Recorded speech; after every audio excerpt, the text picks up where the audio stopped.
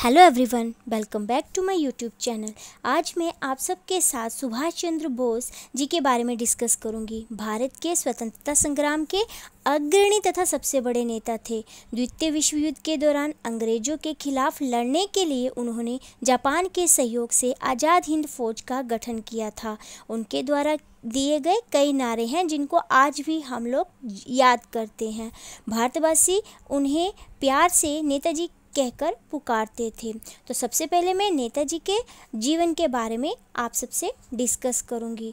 तो सुभाष चंद्र बोस का जन्म 23 जनवरी सन 1897 को ओडिशा के कटक शहर में हिंदू कायस्थ परिवार में हुआ था। उनके पिता का नाम जानकीनाथ बोस था और माता का नाम प्रभावती था। जानकीनाथ बोस कटक शहर के मशहूर वकील थे।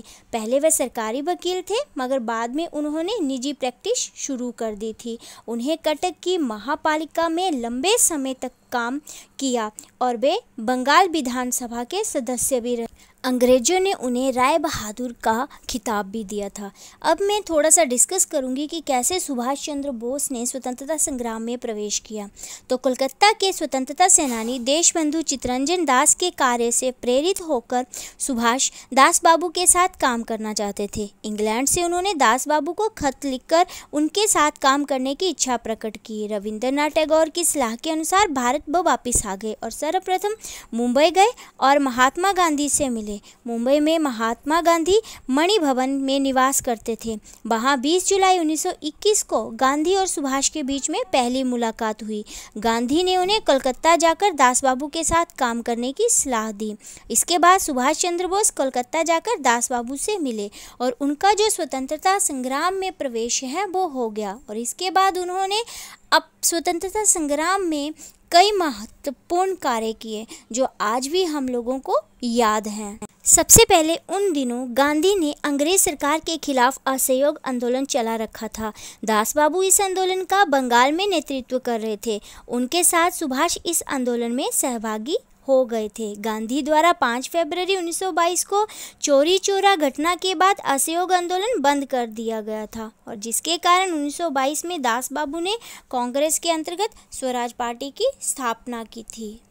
वैसे तो सुभाष चंद्र बोस की कई अचीवमेंट्स हैं जो हमें उनकी स्वतंत्रता संग्राम के लिए दी गई आहुति की याद दिलाती हैं, लेकिन उनमें से कुछ एक घटनाएं हैं। जैसे 26 जनवरी 1931 को कोलकाता में राष्ट्रध्वज फहराकर सुभाष एक विशाल मोर्चे का नेतृत्व कर रहे थे। तभी पुलिस ने उन पर लाठी चलाई, उन्हें घायल कर जेल भेज दिया गया। तब सुभाष जेल में थे। तब गांधी जी ने अंग्रेजों के साथ समझौता किया और सब कैदियों को रिहा करवा दिया।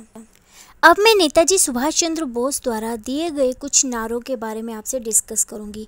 ये तो हम सबको पता है कि तुम मुझे खून दो मैं तुम्हें आज़ादी दूंगा का ये नारा हमें सुभाष चंद्र बोस जी ने दिया है। लेकिन ये दिया कब था? तो ऐसा माना जाता है कि आज़ाद हिंद फौज ने जब ब्रिटिश सेना पर हमला किया था तो सितंबर 1944 में शहीदी दिवस के भाषण में ही नेताजी ने आज़ाद हिंद सैनिकों को कहा था कि तुम मुझे खून दो मैं तुम्हें आज़ादी दूंगा। उसके बाद दूसरा जो उनका सबसे फेमस नारा था वो था दिल्ली चलो।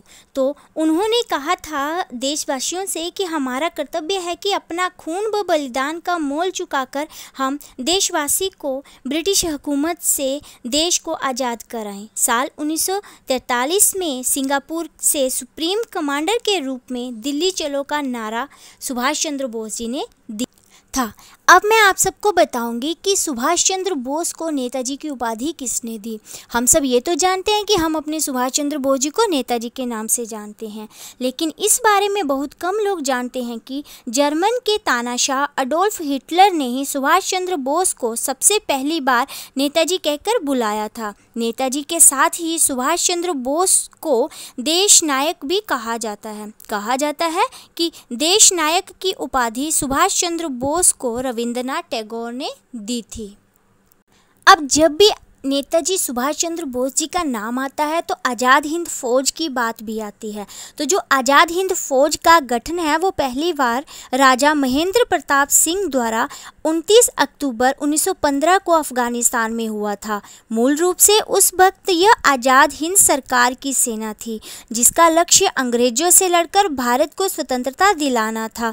जब दक्षिण पूर्वी एशिया में जापान के सहयोग द्वारा नेताजी सुभाष चंद्र बोस ने करीब 40,000 भारतीय स्त्री पुरुषों की प्रशिक्षित सेना का गठन शुरू किया और उसे भी आज़ाद हिंद फौज का नाम दिया, तो उन्हें आज़ाद हिंद फौज का सर्वोच्च कमांडर नियुक्त करके उनके हाथों में इसकी कमान सौंप दी गई थी। तो ये थी आज़ाद हिंद फौज की कहानी।